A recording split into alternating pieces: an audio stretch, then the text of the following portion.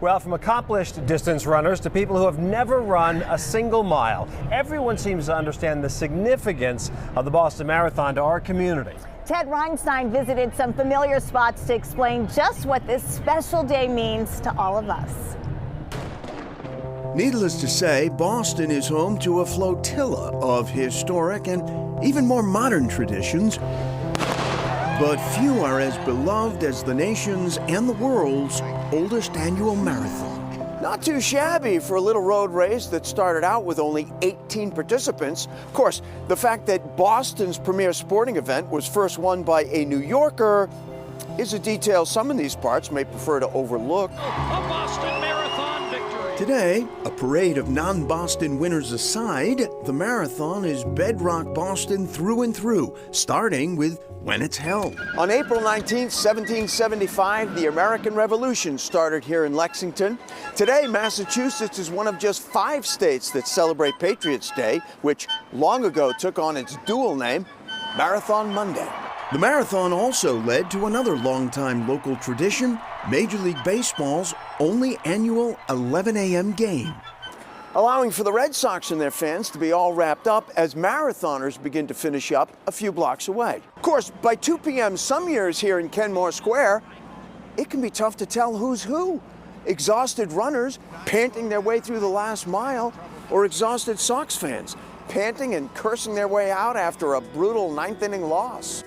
But while the Boston Marathon is steeped in mile after mile and more than a century of local lore and tradition, ironically, it's the universal truths about it that resonate most wherever we're from. From Hopkinton to Heartbreak Hill, it's often said that every runner on this route has a story, and that's true, the human story. It's taking on a challenge we're not sure we can meet. It's running 26 miles to help someone we'll never meet, or running all by yourself in the name of someone you'll never forget.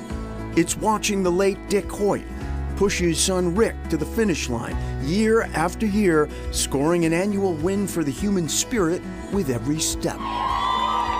Mostly, it's thousands of everyday people who don't run cheering on other everyday people who do, and who share the same course with some of the best athletes who've ever run.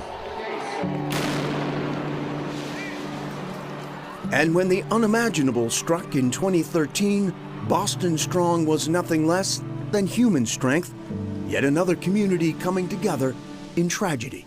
As Big Poppy so aptly put it, paraphrasing, it is indeed our bleeping city.